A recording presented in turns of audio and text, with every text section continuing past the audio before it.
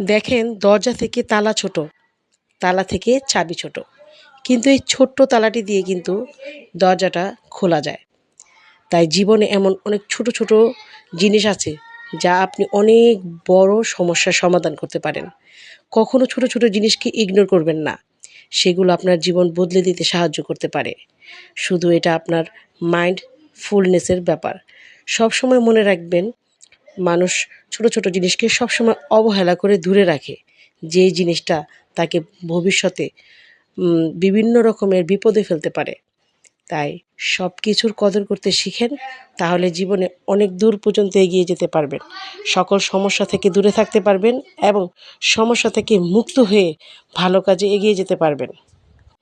আমি সব সময় মনে করি ছোট থেকেই বড় কিছু হতে পারে, কারণ আমরা ছোটোবেলা থেকেই শুনেছিলাম, যেখানে দেখবে ছাই উড়াইয়া দেখো তাই, পাইলেও পাইতে পারো অমূল্য সম্পদ। আসলে কথাটা 100% সত্য কথা। আপনি দেখবেন গোবরেও পদ্ম ফুল ফোটে। তো যাই হোক, সবাই ভালো থাকবেন আর আমার ভিডিওগুলো লাইক কমেন্টস করে দেবেন।